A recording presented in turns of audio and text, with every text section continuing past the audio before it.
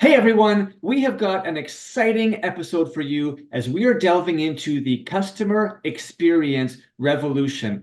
I was featured recently on the Hairdresser Strong podcast, and we're bringing you some clips from that episode today where I delved into how relationships are some of the most valuable things to business owners, how to use technology and digital to really enhance the customer experience. We talk about some tips and info for suite owners in and around business education. We talk about how rising stylists have a very, very important role to play in salons and so much more. Tech, how to incorporate it for the customer experience in your salon. Check out this episode right now.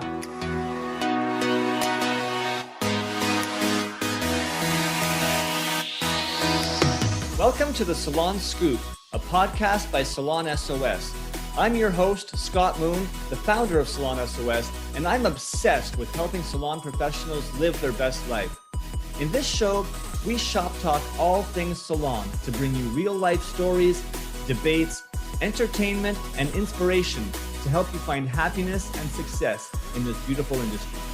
If you work in the salon industry in any capacity, this podcast is open to you.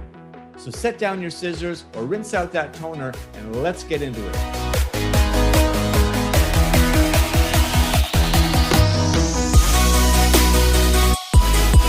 Scott Moon is a 25-year industry veteran, the owner and founder of Salon S.O.S, which is an industry-focused digital marketing resource and service company.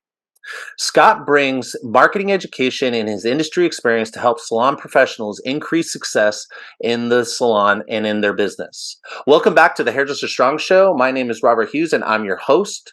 Today, I'm with Scott Moon. How you doing today, Scott? I'm great, thanks, Robert. Great, thanks for having me. Absolutely. So, just backstory, Scott reached out to Hairdresser Strong, and we had a conversation about what he does, and we talked about how this could potentially be a valuable conversation and resource for stylists of all levels. So why don't you tell us a little bit about, first of all, let's get to know you. First of all, are you a operator? Are you a hair operator? I am not a service provider, but I have been in the beauty industry for over close to 25 years now. I was working with one of the largest manufacturers of beauty products in the salon industry for many years on the marketing front. So from there, was working directly with obviously distributors and salons, stylists alike. Present at all hair shows. I was general manager for the top hair color line in the Canadian marketplace for 4 years, and really had an amazing experience there, being sort of head of all the education, all the marketing that was happening in the marketplace to really help provide more resources, tools for everyone that we were touching to help them grow their businesses. Nice. Cool. So how'd you get into it? How'd you just get into the industry in the first place? Were you working in the same space and the same disciplines in other industries, or tell us your story. Yeah, I mean, I started obviously. I was a marketing graduate out of university. Sort of started down that path and ended up, getting an opportunity to have a marketing role inside of this beauty company. I don't know if you want names or not. Yeah, sure. Names are cool. Yeah, I mean, so I was hired by L'Oreal, and I was in charge of marketing for some of their smaller product lines. And when I first started, I was actually working on the product lines that were sold through mass retailers like drugstores and grocery stores and whatnot. So the first part of my career was kind of in that realm. And after about 6 or 7 years, they offered, I had grown to be marketing director in that scope, and they offered me, the chance to switch divisions and work in the professional salon division, working on obviously the product lines that were, distributed and sold to salons. And I thought that would be, an interesting opportunity. And little did I know, though, that decision to accept that offer and switch internally has completely shifted and changed the course of my not only professional career but my personal mission. I became so connected to the people. I really felt like it felt like home for me. I'm a very people oriented person, and I just all of a sudden felt the the strength and quality of the relationships that existed, whether it be the distributors, most of them being, sort of small family oriented businesses that had been through generations, and then connecting with, salon owners and stylists who, again, often were either, family businesses or very independent businesses where people were putting their livelihoods into this, and so open to collaboration, to information, to kind of work together. And it just spoke to me so powerfully. And I'll never forget one particular moment. I was at a hair show that we were hosting, and a hair salon owner came up to me. I had met them on a couple of occasions at various shows. She came up to me. She was a little bit emotional, and she gave me a massive hug, and she thanked me.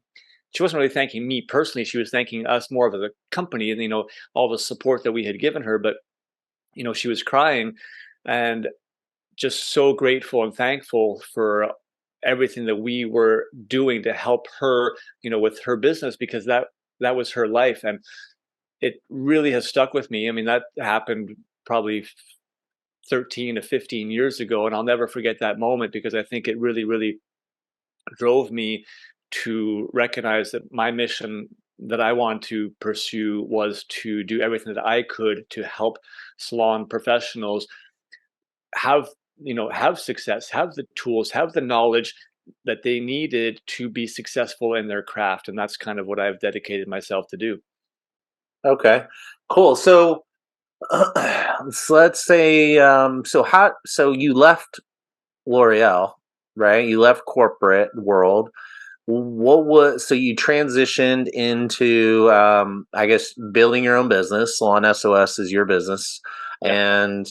and offering your services. First question: how did you have? I'm assuming you had some amount of relationships established before you did this. So was that like how you got started, based on the relationships of previous that you had built, working in the industry before? 100%. Yeah. Yeah. I had a pretty strong network within the industry, both directly with salon owners, stylists, educators, distributors.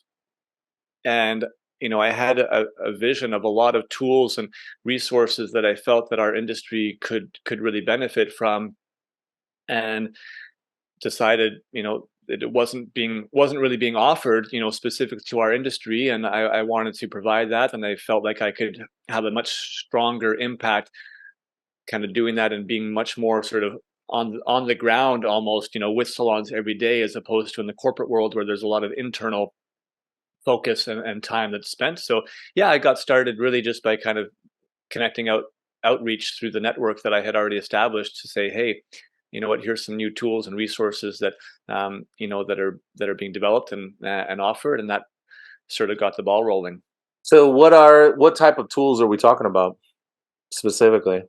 Yeah, so I mean, we provide everything. Let's say marketing online. So that starts with websites, right? So we design and manage websites for salons and salon professionals. And I think one of the key things there really is we don't just build a website, charge a bunch of money and then wipe our hands with it. We actually maintain the websites on an ongoing basis, and we've created super affordable, the kind of the mission behind Salon S.O.S is simple and affordable digital marketing solutions for the salon and spa industry. So we've set it up in a super affordable way, that we can actually maintain the sites for salons on a regular basis. We offer Google search engine optimization work, so helping salons get their websites ranked higher in Google when people are doing searches for, hair salon in whatever city, or hairstylist in whatever city that would be. We do social media work, all right? So we certainly do lots of trainings, and also we do content development services for salons that, that want that third party sort of help. We have a very powerful salon loyalty app that allows each salon to have their own personalized app where customers would get it on their phones, come in, they can scan a code at the salon to earn points, into their account, which they would see in their app. And obviously, because it's digital, the salon is able to have communication back and forth, set up personalized offers and coupons for those customers, and it becomes a very interactive and engaging tool to not only drive sales but long-term customer loyalty as well. So those are sort of a few of the services that we do. Obviously, we depending on salon needs, we do things like helping with email campaigns and blog writing, and we do have some e-commerce solutions as well for online stores. Really trying to provide whatever services the salons need. Do you provide education so people can do it themselves, or are you providing the service? Because I hear ongoing, but I also heard education. Or like if someone came in and it's like, "Hey, I don't have a big budget. Can you teach me to do some of this stuff?" Is that an option as well? Absolutely, yeah. We try to do a little bit of everything. So our first focus is education. We have an online digital marketing academy, which has we've got YouTube videos with all sorts of digital tips, strategies, ideas, etc. We have our own industry podcast where we sort of interview uh, top salon owners who are successful on social media, salon professionals that are successful and sort of highlighting best practices and tips. And we do little mini capsule podcasts about digital marketing topics as well. We have blog articles on a regular basis, and all of our social media content is really all about education, tips, tricks. So we sort of start with that, but then we do also offer the services for salons that just don't have the time to do it themselves, don't have enough of the knowledge, to sort of do it themselves. And sometimes you just need an actual software, platform. If it's, the loyalty app, for example, like you need an actual software, you know, to perform that. So we have that available for those that want the support on the execution side. Okay, cool. So, question. I'm very curious. But when you're working with people, I feel like I always want to know what are the most common areas, the areas with the biggest deficits and in know-how, and I would think that would be interesting. And I think it would also be interesting to hear what my fellow hairdresser comes to the table with, like what knowledge they come to the table with that you have to dispel or train them out of. Like, are there things that people be like they think they know something, but they're maybe uninformed or misinformed? I feel like there's always something like that. Is do you experience anything like that? Yeah, I'd say the biggest one that we come across is that some salons or salon professionals feel like their social media profiles is enough. That all they need to do is just be active on Instagram and Facebook, and some are starting on TikTok, and that's enough for their marketing. And they either don't have a website, or what, they have a stale website that they just really haven't touched or updated in many years. And the reality is that everything kind of works together as an ecosystem, right? You can't say that you just only need to have a website but no social media, or only have social media but not have a website, or only have an online store but not an actual regular website. It kind of all needs to work together. The website really is a foundational piece of your marketing strategy. It's your online window that you control completely: the image, the look, the information. When you're just relying on your social media profiles, you're on borrowed space. Right? If Instagram and Facebook, decide to go a different direction tomorrow, they sell the company and some new owner comes in and they can make all sorts of changes. You don't own, the followers that are that are on your profiles. You don't own the layout and how information is shown. You don't even own your ability to control who's actually seeing and not seeing your posts. It's all run by the algorithms. So, the website is that's why I always say it's kind of your foundational piece. And then everything, the work that you can do within Google, right, to get yourself ranked higher, that's sort of an ongoing opportunity to just constantly have people coming and visiting yourself, your page, your site, to discover you. It's a great way to be gaining new clients. Social media is really powerful to be staying engaged with existing clients, your existing followers, right? Building a relationships with people, so you can kind of take them from the getting to know you phase, right, and sort of build that relationship over time to the point where they now might consider, coming to see you as an actual client, or maybe they're already clients, that are following you, and it just kind of keeps them engaged and keeps them connected to you so that they continue in the future.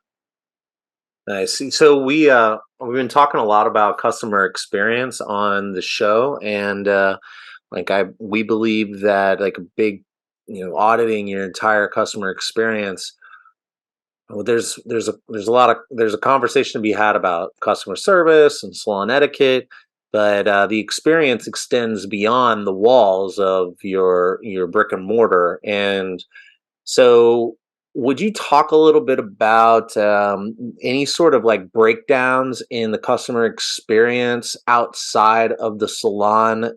In either leading up, whether it's awareness or booking or communication before and after a visit. Could you talk a little bit about that? What you see in terms of like what some people are doing, and then follow that up with what you believe to be like a best practice, and maybe some shifts or changes or mindset adjustments or tweaks or whatever.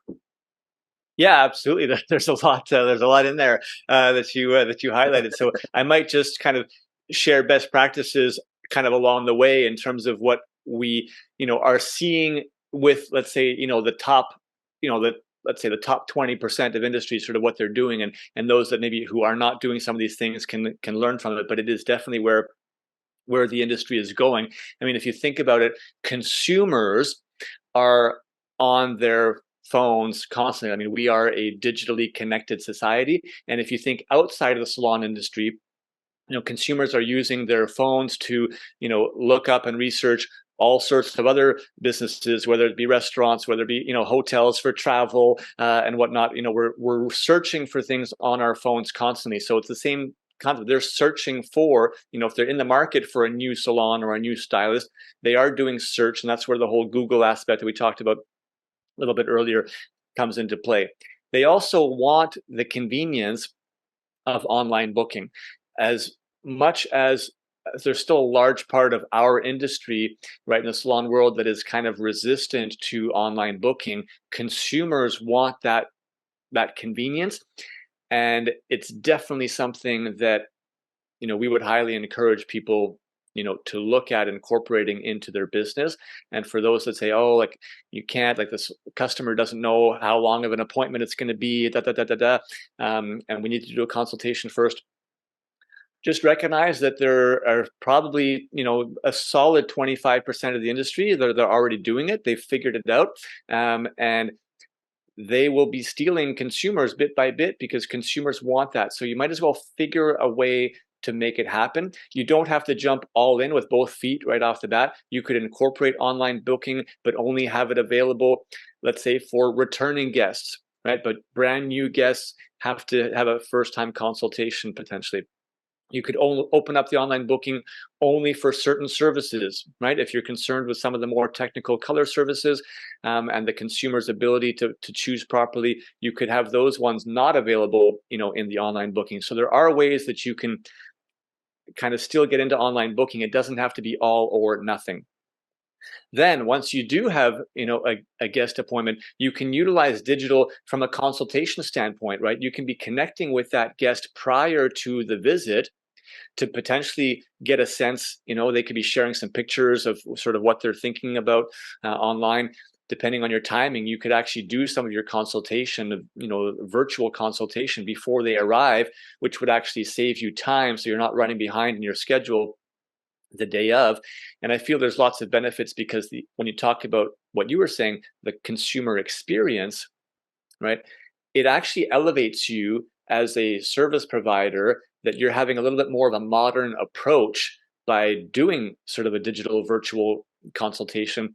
And it can at the same time create a bit of excitement, right, for the guest. If you have a conversation with them sometime like within a week of that service visit, it kind of gets them thinking about it and excited about it as well. So there's a lot of benefits to doing that pre-work.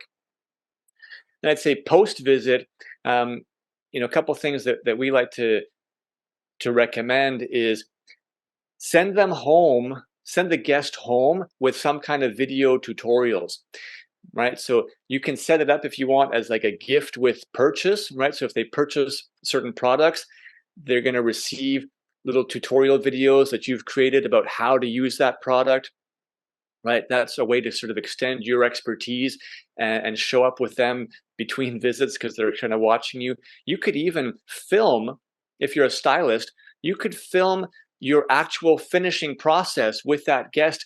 Doesn't take you any extra time. You're already, doing the blowout and the styling. You could film that and explain what you're doing, what products you're using, how you're holding the brush, how you're holding the blow dryer. Whether what you're doing with the roots versus the ends, and that could be an amazing tool for that guest to be able to help them recreate their look, between visits and feel that much more connected to you. And it's an experience that they would not be getting from 99% of other stylists, which can really help elevate you versus your competition, again, by utilizing some of these digital tools that we have available to us and really start wowing your customers. So those would be sort of a couple areas that I, would highlight. I think that people can be elevating customer experience using technology. Nice. Cool. This is great. Well, it definitely sounds like you're definitely sounds like you have you know what you're talking about. I definitely get that. And I love this stuff about the pre and post visit. I think that when I'm looking, I see like tiny little pieces of information that people can string together. But I think that the audience just got like a nice little package of things that they could be looking at and doing and considering adjusting or shifting in some ways to enhance the customer's experience. I think I'd be really interested to dive into some of these things in with a little more depth, and but I think we should save that for the next time we talk. Um, as we wrap up this conversation, we got a chance to get to know you. We got a chance to like hear what you were seeing and some of the suggestions that you're making for stylists at all levels. Really, it sounds like salon owners, suite owners, and even salon stylists can make some of these adjustments, and this is I consider to be valuable. So if you're listening or watching, please let us know if you picked up something or you understand the value of this information, and tell us what you plan on doing with it. As we wrap up, would you like to give any like pieces of advice to any like maybe 3 different groups of people, maybe like a salon owner, a suite owner, and then a someone that's up and coming? Sure. Let's start with the salon owner. I would say the one thing that you really need to be thinking about is if you want to be attracting, right, the latest and greatest staff to come and work for your salon, you have to set yourself, apart as a salon that is taking advantage of these modern technologies, because the younger generation, they're coming in and they've grown up with, mobile phones and this technology, and they're accustomed to it. If you're still, let's say a slightly older generation salon owner, and you haven't been adopting technology, or you've been, just sort of getting someone on your team to take care of it for you, that doesn't really set you apart as a place that the new generation stylists are going to want to come and work for. So I think that's really important that you start to sort of recognize that you have to get yourself set up digitally, right, to be able to attract the next generation of stylists coming in the industry. So that's one.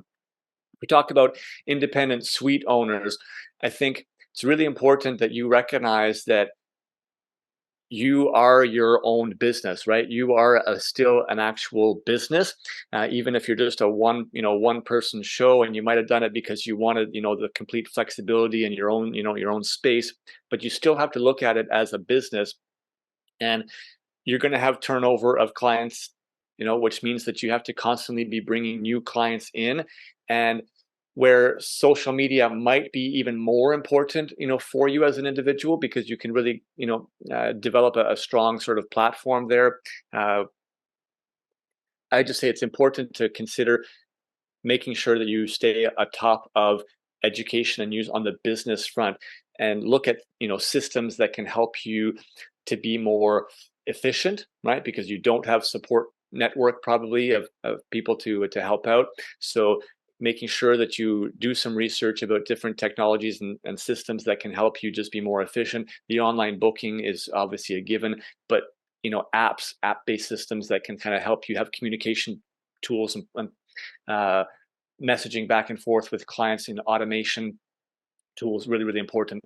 And then if we're looking for an up and coming stylist in the industry, they've grown up typically with technology and are a little bit more comfortable than the previous generations. I think it's important for them to help push the envelope a little bit, right? And not just doing my own thing sort of selfishly. I think we always benefit the most in our industry when we have collaboration. And if you're coming in to a salon environment with other stylists, owners who maybe don't have the same level of comfort and knowledge that you do, I think it's important you can kind of learn from each other. You could be helping share some of your tips and best practices, because you're probably way more, let's say, active and comfortable on social media, for example. And you can be sharing that with some of the older stylists, and they can be sharing with you some of the customer experience, customer service techniques that they've learned over the years. And I think you can kind of work in a collaborative manner by sort of sharing best knowledges and practices. I love, love, love all of this. And I really love that last part, because I just actually had a conversation earlier today about generational differences and the salon, like the customer's experience. And I think I love that point where you made where like a salon owner who may be of an higher level generation, older, and they might be able to learn some stuff from the young people. And I love the fact that, which I think everyone could pretty much agree with, but that in terms of like technology and this customer experience before they get into the salon, their digital space, but also like once the customer comes into the salon, these young people can then learn, then the role can reverse, and these young people can learn something that they have a lot less exposure to in this digital world, and that's interpersonal communication, etiquette, and stuff like that, to enhance the customer's experience while in the salon or in the shop. So I love that. Thank you so much for sharing and coming on the show. And I look forward to continuing this conversation and diving into some more specific things that people can do, and maybe give a little more detail. So just to bring even more value to this conversation. But we'll save that for next time. So until then, thanks again for coming on the show. Hey, it's my pleasure. Thanks so much for having me. This was a fun conversation. Hope some people picked up a little idea or two that can help them in their day-to-day to be just at least 1% better. That's the goal, right? Absolutely. Awesome. And if you want to get a hold of Scott, just check out the description below. There will be information for you to connect. All right. Until then, I'll see you later.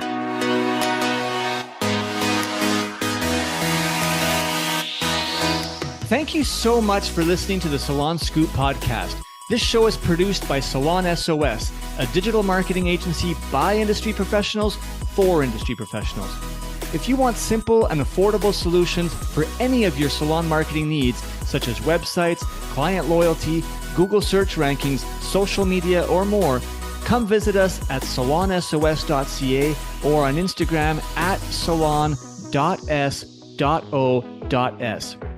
If you want to hear more episodes like this and help us continue to bring the industry great content, it would mean so much to us if you would support us in one of the following ways. either share this episode with one other industry professional, and rate the show on Spotify or write us a quick review on Apple Music. We want to hear your feedback. If you have follow-up questions or ideas for future episodes, please reach out. DM us on Instagram at salons.s.o.s or hit us up on our website again at salonsos.ca.